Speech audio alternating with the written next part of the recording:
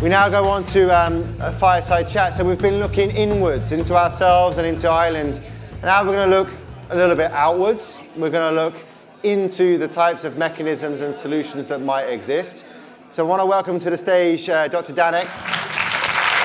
In a similar way that I had a crush on Home Tree, and Matt, probably I did have a crush on the doom and gloom and the hope that you brought, actually. I enjoy it all mixed together. There's another organisation and a person as well that I have a little crush on. It's not you, Dan, I apologise. Sorry. My life. Yeah, but it's your colleague, Tim Coles, and the work at rePLANET, but actually also Operation Wallacea as well. And so, Dan, if you just introduce yourself for 30 seconds, we're going to rattle out a few questions and get into the real kind of weeds of what nature is about, how interventions and actions can take place, and then you'll be joining the panel as well for the audience to have a chance to get involved. Fantastic, yeah, thanks, Tom. So yeah, my name's Dan. A bit of a strange background. I'm a coral reef ecologist by trade, so I spent my time scuba diving in pretty much the most depressing area of ecology, an ecosystem that is pretty much doom and gloom. And just like a lot of ecologists, I worked at Operation Wallacea at the time. We were a bit disillusioned, I guess, with spending our lives measuring how bad nature was getting and measuring that decline and not really having the tools to do anything positive about it. And so we took advantage of the COVID pause. We founded rePLANET as a spin-off company, and rePLANET really aims to mobilise private sector funding at scale to restore ecosystems around the world. We're not active in Ireland currently. We're getting active in the UK, so I'm going to bring a little bit more of, an international flavour to the evening. We're mostly currently working in Latin America, kind of 10,000 hectare or above scale projects, and we try to bring together climate, nature and people in all of our projects. So none of this focus on carbon and carbon alone, none of this focus on just community and forgetting about nature, but the three things kind of treated as one. I'll try and give a couple of examples of projects as we go through. Yeah, excellent. Cheers, Dan. And I think that the ocean connection as well is something which is meaningful, arguably in a worse state and also hidden from us because it's below the water. I think that's a challenge that we have to overcome as well. What I'm really interested in understanding is what nature could or should mean. If I was an organisation trying to connect, as Matt mentioned, that connection with actually what happens on the ground, help us understand what nature really means, how we define it, and how we can organise around that.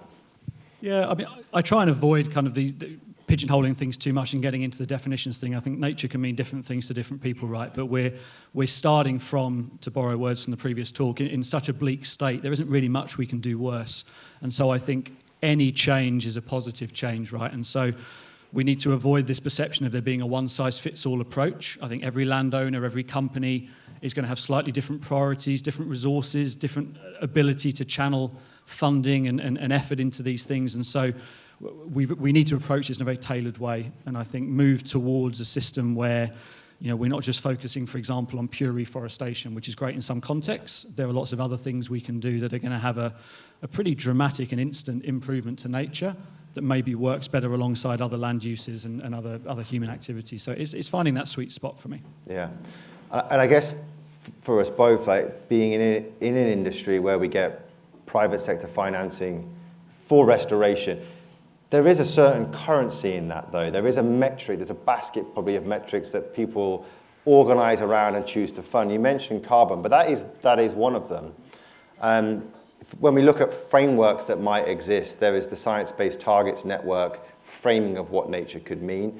There's the Task Force for Nature Financial Disclosures, which also has a framing of what it could mean. So there is a mechanism that does exist. Who cares pays, if we were to use that language.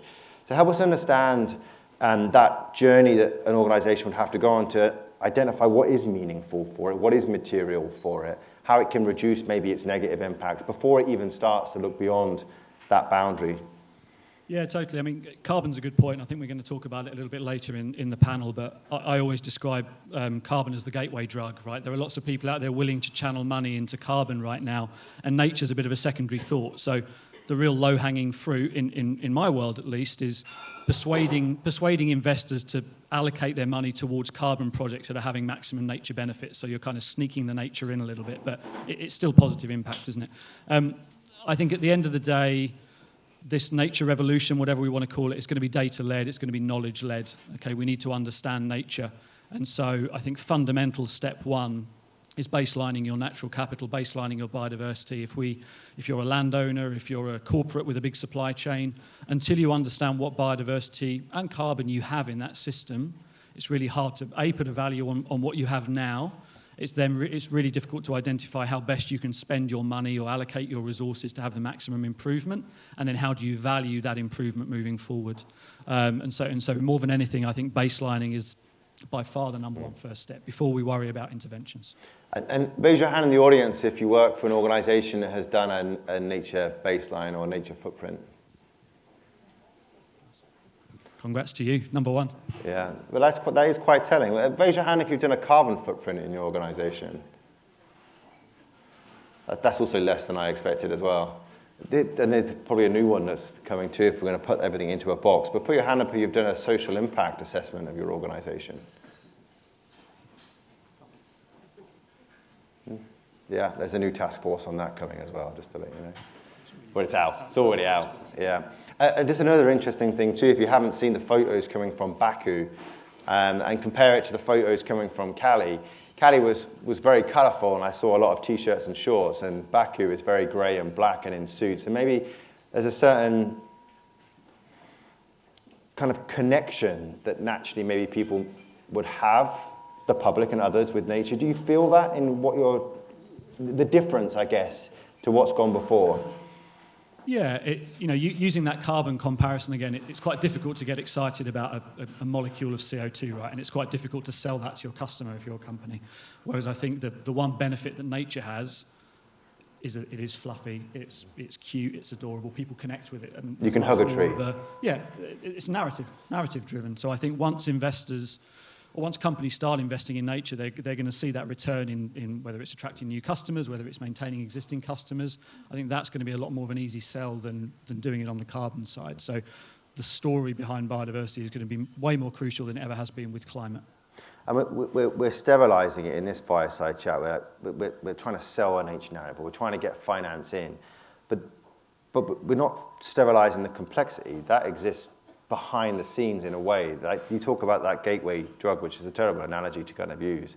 In a way, it's a gateway cocktail, maybe, gateway cocktail. But it's needed, right? Because simplicity actually then helps unlock decisions. Do you find that in your discussions with clients? Yeah, totally. It's a familiarity thing, isn't it? People are familiar with carbon and carbon credits, so if you can sneak some nature in behind that, then actually it's a way to open up the conversation to more nature-positive investments further down the line.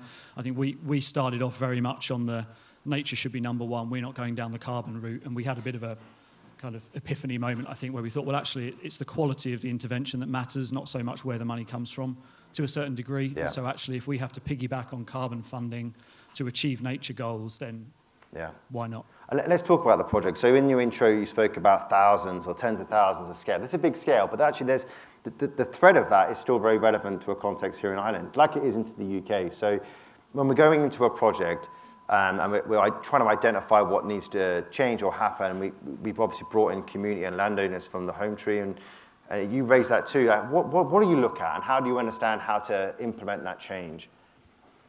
I guess the biggest thing for us, which is where some other organisations that do similar types of projects have failed, is there's this obsession sometimes with going in and just restoring entire landscapes. And I think that can work in some instances, but I think a lot of the times, particularly in the tropics where we work, you're excluding existing livelihoods, and you're really altering those traditional cultural kind of ways of life.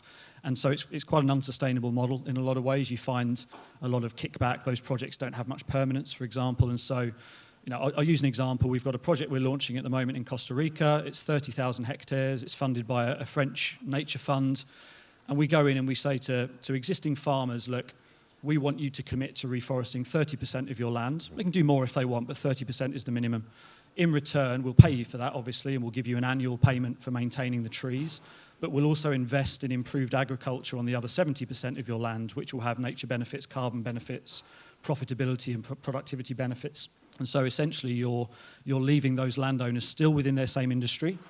They're probably going to be earning as much and doing as well as they were on 100% of their land, and we get 30% reforested. And so if you do it in that kind of way, where you properly incentivize the landowners to make that nature valuable to them, you've got a much better chance of that project succeeding and maintaining into the future. So breaking that into two parts. So first of all, winning hearts and minds. How do you engage with those communities on the ground?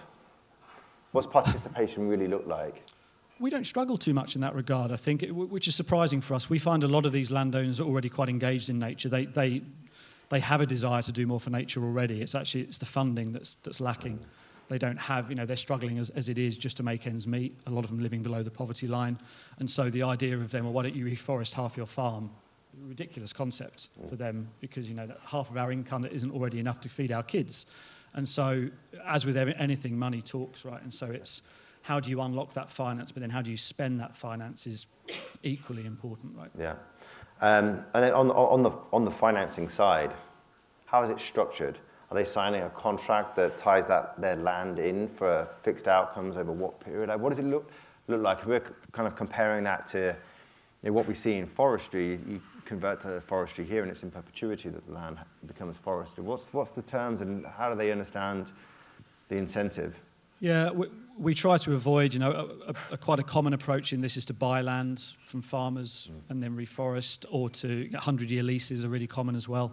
We try to avoid that. I think that's quite disenfranchising to existing landowners. You want to motivate them to maintain control of their land and essentially offer them a deal that's so attractive that why wouldn't they go ahead with the project, right? So you need much less of the stick because the carrot is so huge and delicious that actually it kind of works. And so you've got to make sure there are short-term financial benefits, you've got to make sure there are medium-term financial benefits, but then you've got to make sure there are long-term financial benefits. And in our case, that tends to be investment into local education, healthcare, infrastructure. And if that all comes from the project, then it never reaches a point where they don't see the tangible benefits of those projects. And so it maintains in perpetuity.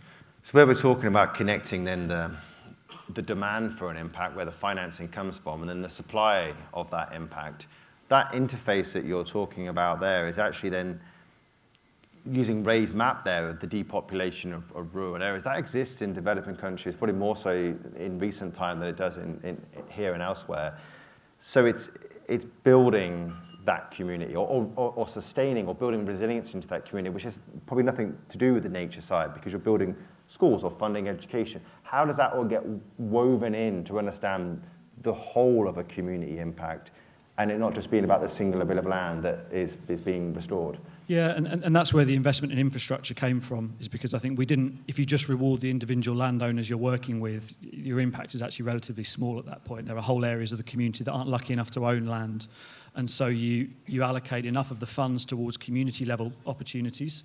So what we do is we create a sustainable business fund, essentially, which the whole community can tap into. Our Costa Rica project, that will be around $70 million over the 40 years. So it's a big pot of money. Chunky. And then anyone in the community can apply to that money for whatever they want. It could be to develop a new business opportunity. It could be value-added processing of an existing product. It could be school and healthcare and infrastructure, repairing a bridge that's damaged. And so the project becomes beneficial not just to the landowners. In the short term, it will mostly be the landowners because they're the key stakeholders to build that momentum. But longer term, it's going to benefit their neighbours. It's going to benefit the whole community. And like you say, avoid that displacement of people to the cities and kind of keep them locally. Yeah. And then we've spoken about the tapestry of landscapes and it being here in Ireland, about very small land holdings, family farms coming in together. Is that similar in the projects that you work on? And how do you manage to include such complexity and then have a system where you can measure and report and verify and justify the payments that are coming in? How does that play through? Really difficult. It's one of our big challenges. We can see why people buy land because it just simplifies everything. It's not the right thing to do, I don't think. And so I guess in our heads as the project developer, we treat the whole thing as a single project. So from an MRV perspective, so a measurement going in and actually measuring impact of changes, that happens at the 30,000 hectare level. And then the actual compensation to landowners happens at the individual pocket of land scale. And so it's a slightly dual approach. Is the only way to handle it at that kind of scale. Nature credits. It's a buzzword. It's a buzz industry. We've both seen it rise and plateau. starting to crumble, potentially with the splitting of opinions and perspectives. Just give us a sense of what nature credits are, just for the audience where they may have heard that phrase before. Maybe how they differ potentially to other forms of financing. And then what does the future hold slightly for that as a mechanism? Yeah, good question, very topical. I guess, a nature credit, biodiversity credit, whatever we want to call it, think of a carbon credit, but for biodiversity. Endless challenges around that. Offsetting is way more complicated for biodiversity because you can plant a tree anywhere in the world, its climate benefit is the same, but if you're offsetting a negative nature impact in Ireland by buying biodiversity credits from us in Costa Rica, that's not really a true offset, right? So there are complications. I think the justification for it, and I'm a little biased here coming from a coral reef background, coral reefs are amazing ecosystems for a whole host of reasons, crap for carbon, utterly useless for carbon, and so if the only way to channel private sector funding into nature restoration is on the back of carbon, we're essentially just sacrificing probably half the ecosystems on the planet in favour of the ones that store carbon, and we may end up doing more damage for biodiversity than good. So I think there is some need to channel this private sector funding into other ecosystems and project types. I think as time goes by, I think this idea of a biodiversity credit is more of an accounting mechanism, I think, because it could just as well be a company that wants to improve biodiversity across their supply chain, and they need some mechanism for measuring the impact of that investment. They need to go back to their shareholders and their customers. So we talk about standardized methodology. Exactly. So apples for about apples. Results-based measurements of biodiversity improvement. So it's not about having a credit that gets traded, which again is a space that isn't particularly favourable, but it's using the rigour of standards and systems to account for that impact within what's reasonable, which is your own value chain. I think it could be both. I think there's still potential for a biodiversity credit market if those hurdles can be overcome. Mm-hmm. In a way, we already trade nature. We trade it on the back of carbon. A carbon credit has more value if it has a biodiversity co-benefit associated with it. It's not really that different to separating the two out, right? So in a way, we're already doing it. We're just hiding it a little bit. Yeah. And we'll leave it there, but I just want the audience to kind of hear from you potentially, if they were to leave today, what would be the one key action that you may want them to take on the back of understanding what you do? I think it's a mindset change for me. I think for so long nature hasn't had a value in the same way that other commodities or processes or activities do, and I think that's the mindset that needs to change. And I know a lot of ecologists and activists feel a bit dirty about thinking of a financial value on nature, but I don't think there's any other way to do it. And one of the ideas that kept coming up at COP in Cali, I was there a couple of weeks ago, was that there's no reason why we shouldn't treat nature the same as infrastructure. It essentially should be infrastructure. At the moment, land is valued on its usefulness to humans. Buy a piece of land, build a house on it, it's more valuable. Build an office, it's even more valuable. We need to get to a point where actually putting trees on that land is seen as more valuable, and we end up with, we value land not just on its human capital, but on its natural capital. And I think if you're a landowner, if you have a garden, if you're a company with a supply chain, start viewing your land through that lens, and I think you'll start to see opportunities and enjoy that, the fruits of your efforts, I guess, in nature restoration a little bit more. Yeah, and it can feel dirty, to be fair, think of it like that. I almost feel like it's diminishing to think of nature through that very hard lens as infrastructure. Even I find it diminishing to think of it through a credit sometimes. But I guess what it is there's two different dictionaries, or two different languages that exist. There's a language of what understands that there's an impact that needs to be financed, and then there is all the complexity that's trying to draw that out. And maybe that we shouldn't, as environmentalists or as sustainability professionals, we shouldn't be as concerned as we are about language, maybe? I think there's a realism element too. I didn't grow up, I'm sure you didn't grow up as a boy loving nature. I dream when I grow up of helping develop a biodiversity credit market.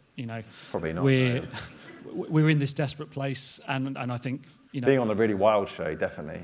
Yeah. Were you on the Really Wild show? I would love to have been on the Really Wild show. That's like the dream, right? I'd rather be sat here in 50 years' time, grandkids on my lap saying, we solved these problems, and we took money from corporates, and we created a biodiversity credit, but we actually solved it, than sit there while the world burns around me saying, at least we didn't create that biodiversity credit. Yeah. I think we do what we need to do. Thanks very much, Dan. Thank you.